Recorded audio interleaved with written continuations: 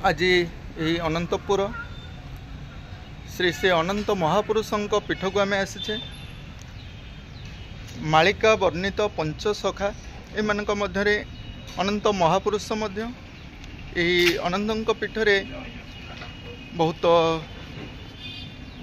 दिन तलू आम किसी विजुआल शेयर करने को चाहिए जहा हो से समय आज उपनीत। आसतु जानिबा ए पीठ विषय रे एवं महापुरुष अनंत विषय रे। अनंत महापुरुषों पीठ कोचिला मठ अनंतपुर।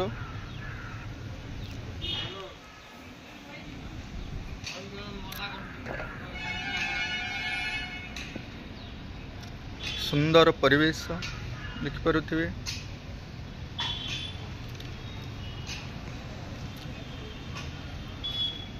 एठारे एक कोचिला गछ यही बृहत कोचिला गछटी थिबारु यही पीठटीर नाम मध्य कोचिला मठ बोली रखा जाइछि।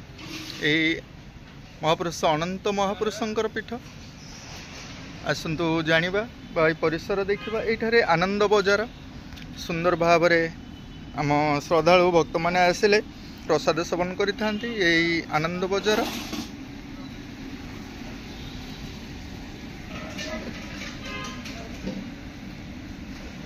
जो दारू वृक्ष ये हूँ से निम्ब गछ। आम टे जानवा चाहूँ आज्ञा ये जो पीठटी अनंत महापुरुषंकर पीठ केते वर्ष धरी ये पीठटी 100 वर्ष पर विगत 100 वर्षर पीठ गौरबाबू बापा थे गौरबाबू बर्तमान महंत अच्छा जीवानंद अधिकारी ये पूजा दायित्व पत्र बुझुं। बर्तमान मठर महंत जीवनानंद अधिकारी जीवनानंद अधिकारी सारंग अंचल घर आज्ञा आम कथा अंचल घर ओडिशा जम्बूद्वीप जन्म भारत भूमि आउ जहाँ भी हेल्ले आपण यही धाम किसी पूजापूजी करुछंती बा सेवा कार्य रही आज पर्यंत प्रभुंकर महिमा आपण अच्छी किसी तो प्रभुंक विषय आपण टिके किसी कहतु आज्ञा। बास कर ठाप समय रहीगला बहुत महापुरुष गले वर्ष सब छाड़ केवल जीवानंद अधिकारी मठर सेक्रेटरी बर्तमान से पूजा दायित्व अच्छा। अच्छा विगत दिन में पंचसखा माने जो आसी ये अनंत गोसाई यही पीठ रे किछि दिन पई रही आश्रय नहीं किछि दिन रही तप करते से नाम अनुसार ये पीठटीर नाम अनंतपुर पीठ बोली रखाई। यही पंचसखा माने आसी सुनतु ए विषय आमर जड़े बंधु सह कथा हेबा।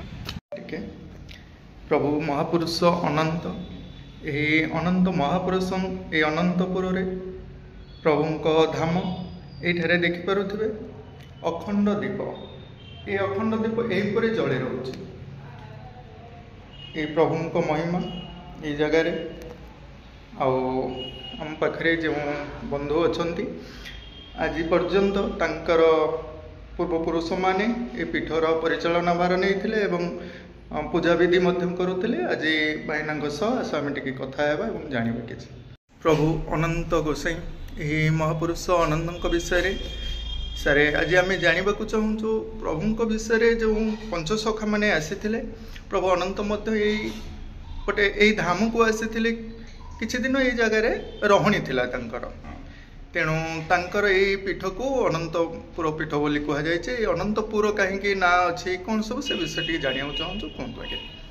ईश्वर महांती दारू जितेबाला नहीं पड़े आसला आमर गड़कुजंग महावीर पाखे से दारू को रखी रखा सेठी गड़कुजंग जितेबाला दारू रहा किसी वर्ष रहा गजपति महाराज को जगन्नाथ महाप्रभु स्वप्न कहले जे मुझे जगार अच्छी सेतबले तो गाड़ी घोड़ा एमती सब किसी सुविधा नथिला नदी पथरे से माने आसते सेतबलर माने पंचसखा जी थे अच्युत अनंत जशवंत जगन्नाथ दास बलराम दास यही मैंने आसी कहवापर आसी आसला महानदी पथ दे आसी से प्रथम ये गोटे अच्छी सहाराडिया जो भंडुआ से प्रथम पहुँचवा से प्रथम जो पाद थापी से भी गोटे गादी अच्छी से गाँ ना अच्छी जगन्नाथपुर बलरामपुर रे गोटे गादी अच्छी ସେ ହେଲେ ବଳରାମପୁର।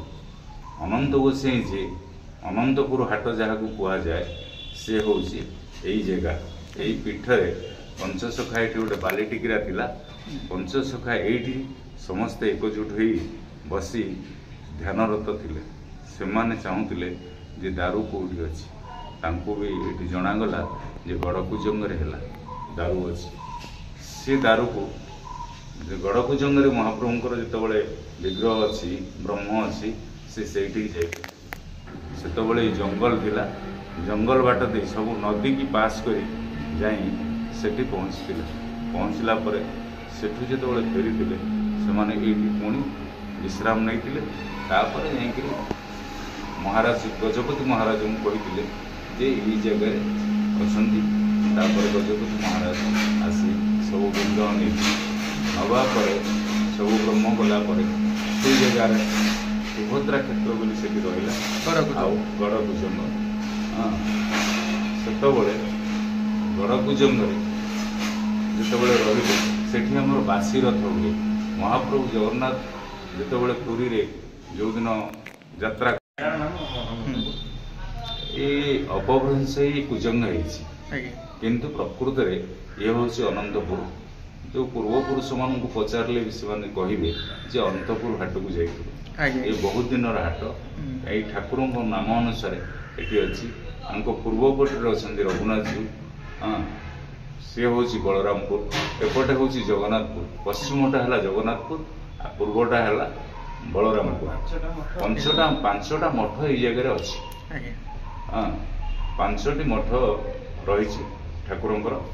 ପଞ୍ଚସଖା ଏଇଠି ଆସି ବାସ କରିଥିଲେ। ଏଇ ଜାଗାଟା ଯେହେତୁ ସେତେବେଳେ ଉଚ୍ଚା ଥିଲା, ସବୁଠୁ ଆପଣ ଦେଖନ୍ତୁ କୁଜଙ୍ଗ ବହୁତ ନିଚା ଥିବା ବେଳେ, ସରକାରୀ ଦପ୍ତର ନିଚା ଥିବା ବେଳେ ଏଇ ଜାଗା ବହୁତ ଉଚ୍ଚା ଅଛି। ଏଇ ଜାଗାରେ ଠାକୁର ରହିଥିବା ହେତୁ ଏଠି ବର୍ତ୍ତମାନ ମୋର ପୂର୍ବପୁରୁଷମାନେ ଏ ମଠକୁ ଇଏ କରୁଥିଲେ, ଚଳାଉଥିଲେ। ମୋ ବାପା ଥିଲେ, ସେ ଚଳାଉଥିଲେ। ସେ ଗଲା ପରେ ସେ ଏଠି ଗଲେଣି 10 ବର୍ଷ ହେବ। ମଠକୁ ଏବେ ମୋ ଦାୟିତ୍ୱ ଆପଣଙ୍କ ତତ୍ତ୍ୱାବଧାନରେ ଚାଲିଛି। ହଉ ଆଜ୍ଞା, ବହୁତ ବହୁତ ଧନ୍ୟବାଦ। ଆଜ୍ଞା। ଆଜିର ଭିଡ଼ିଓଟିକୁ ଏଇଠି ଆମେ ଶେଷ କରିବା।